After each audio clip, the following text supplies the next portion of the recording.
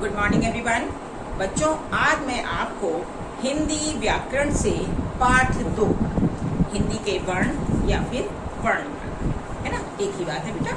तो ये मैं चैप्टर आज आपको एक्सप्लेन करती हूँ। चलिए मैं आपको बताती हूँ। बच्चों, हमारे मुख से जो ध्वनियाँ निकलती हैं उन्हीं से भाषा बनती है। यानी हमारे मुख से जो उच्चारण होता है, यानी ध्वनि निकलती, ध्वनि यानी आवाज निकलती, उच्चारण निकलता है या जो वर्ण निकलता है उन्हीं से ही भाषा बनती है। ठीक है बेटा।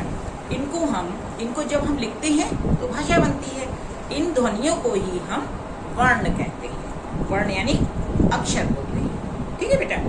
वर्ण जो है वो भाषा की सबसे छोटी इकाई होती है, क्योंकि इसके और टुकड़े नहीं किए जा सकते। एक शब्द के तो टुकड़े कर सकते हैं। मान लीजिए अगर हम क म ल लिखते हैं तो इनको तो हम अलग अलग कर सकते हैं।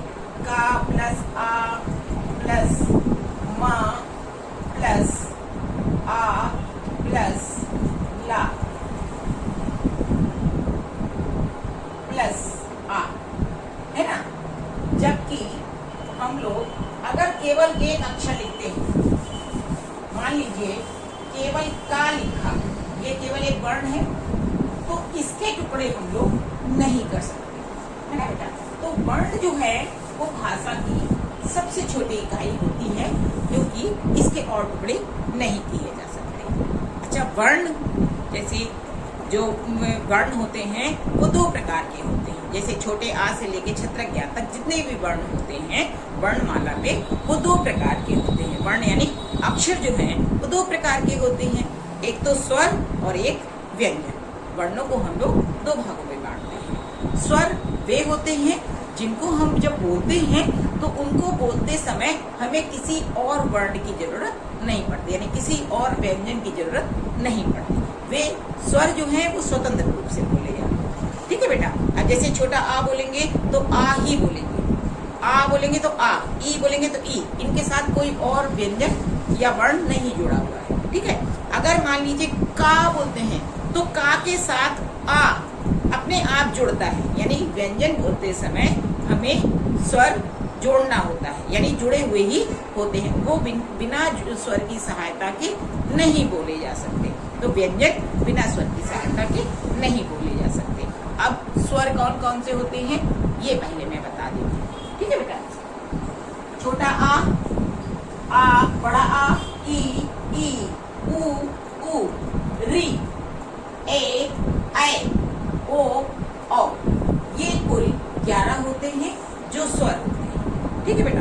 अब इसमें जो अंग और आहा होते हैं ये स्वर में नहीं आते हैं, यानी स्वर के अंतर्गत इनको हम नहीं रखते हैं। इनको हम अयोग बाहा बुलाते हैं। ठीक है ना। इनको हम अयोग बाहा बुलाते हैं। इनको निकाल करके स्वर की संख्या कितनी होती है? 11। ठीक है। अब आपको पता चल गया होगा। और ये जो चैप्टर है वो जूम क्लासेस में बहुत लंबी तरीके से एक्सप्लेन मैंने किया है।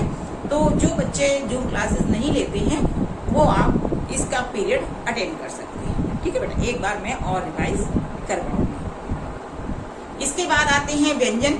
व्यंजन में भी कुछ वर्ग अलग अलग होते हैं। अब जैसे का वर्ग होता है, यानी इतने सारे व्यंजन को याद करने के लिए उनके कुछ थोड़े थोड़े वर्ग होते हैं। जैसे का वर्ग है, जैसे आप यहाँ पर बुक में देख सकते हैं। देखिए ये का वर्ग है। का में का, खा, गा, घा, णा आता है। चा वर्ग के अंतर्गत चा, छा, जा, झा, या आता है। इसके बाद टा वर्ग आता है। टा, ठा, डा, ढा, णा, ये आते हैं। इसके बाद ता वर्ग आता है। ता में ता, था, दा, धा, ना आता है। इसके बाद आता है पा वर्ग। पा वर्ग के अंतर्गत पा, फा, बा, भा, मा। इसके बाद आते हैं अंतस्तः।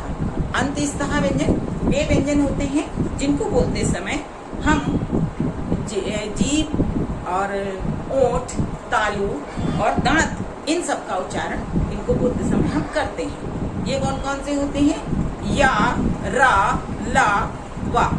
ये 4 अक्षर जो हैं वो अंतस्तः इनको हम बोलते हैं। इसके बाद आते हैं ऊष्म व्यंजन। ऊष्म व्यंजन उन व्यंजनों को कहते हैं समय जब हम बोलते हैं, इनका जब हम उच्चारण करते हैं तो हमारे मुंह से गर्म वायु या गर्म हवा मुंह से बाहर निकलती है, इसलिए इनको हम ऊष्म व्यंजन। ये कौन कौन से हैं?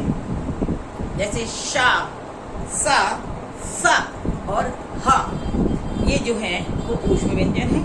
इसके बाद आते हैं संयुक्त व्यंजन। संयुक्त व्यंजन कौन कौन से हैं? ये हैं छ, त्र, ज्ञ और श्रा। इनको हम संयुक्त व्यंजन क्यों बोलते हैं? क्योंकि ये अन्य व्यंजनों के मेल से बनते हैं, इसलिए इनको हम संयुक्त व्यंजन बोलते हैं। आगे मैं आपको फिर से एक्सप्लेन करूंगी। अब कुछ आगत ध्वनियां होती हैं। आगत ध्वनियां बेटा वे ध्वनियां होती हैं जो किसी दूसरी भाषा की हैं और हमारी हिंदी भाषा में शामिल हुई हैं, इसलिए इनको हम आगत ध्वनियां बोलते हैं। कुछ अंग्रेजी भाषा के शब्द हैं और कुछ उर्दू भाषा के हैं या फारसी के हैं जो हमारी हिंदी भाषा में शामिल हैं, इसलिए उनको हम आगत ध्वनियां बोलते हैं। आगत ध्वनिया में जो आ है, आ या ज और फा, ये शब्द जो है वो आगत ध्वनियां कहलाते हैं। ठीक है बेटा। फिर इसके बाद आते हैं स्वरों में भी, जो मैंने आपको बताए अंग और आहा, ये दोनों। इनको हम अंग को क्या बोलते हैं?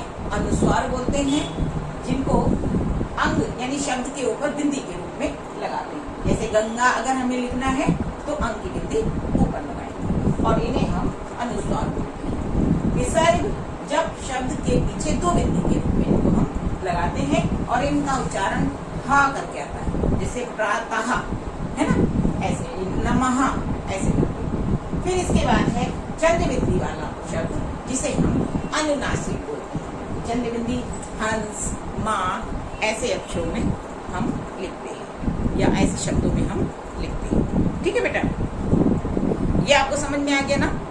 ठीक है। अब आपको मैं समझाती हूँ कि संयुक्त व्यंजन क्या क्या होते हैं और किन किन शब्दों से मिलकर बनते हैं। ठीक है बेटा, यहाँ पर मैं आपको समझाती हूँ। संयुक्त व्यंजन अब जैसे छा है तो छा किससे बनेगा? का और सा, ये शब्द मिलाकर के छा बनता है। इसके बाद आता है त्रा, त्रा बनता है ता और रा मिलाकर, ये बनता है त्रा। इसके बाद आता है ज्ञा, ज्ञा बनेगा सा और या मिलाकर, ठीक है। और इसके बाद आता है श्रा, श्रा बनता है शा और रा मिलाकर। ये चार जो है वो संयुक्त व्यंजन है, छा, त्रा, ज्ञा, श्रा। इनको हम संयुक्त व्यंजन इसलिए बोलते हैं क्योंकि ये अन्य वर्णों के मेल से बनते हैं। ठीक है बेटा। अच्छा, इसके अलावा भी हैं कुछ शब्द रा के रूप हैं। रा यानी कि रा शब्द जो है वो अलग अलग शब्दों में यूज होता है। कैसे, ये मैं आपको समझा देती हूँ। देखिए बेटा, अब जैसे यहाँ पर ये वाला जो रा का रूप होता है वो शब्द के या तो शुरू में आता है या शब्द के बीच में आ सकता है या शब्द के अंत में आता है। अगर हम लोग रथ लिखते हैं तो रा शब्द जो है वो शब्द के शुरू में आ गया है। अगर रमेश लिखते हैं तब भी शुरू में है। भारत लिखते हैं तो रा शब्द बीच में लिखा हुआ है ना। अगर ऐसे ही मान लीजिए कार लिखते हैं तो कार शब्द जो है उसमें रा जो है वो शब्द के लास्ट में आया है। ठीक है, तो ये रा का साधारण रूप है।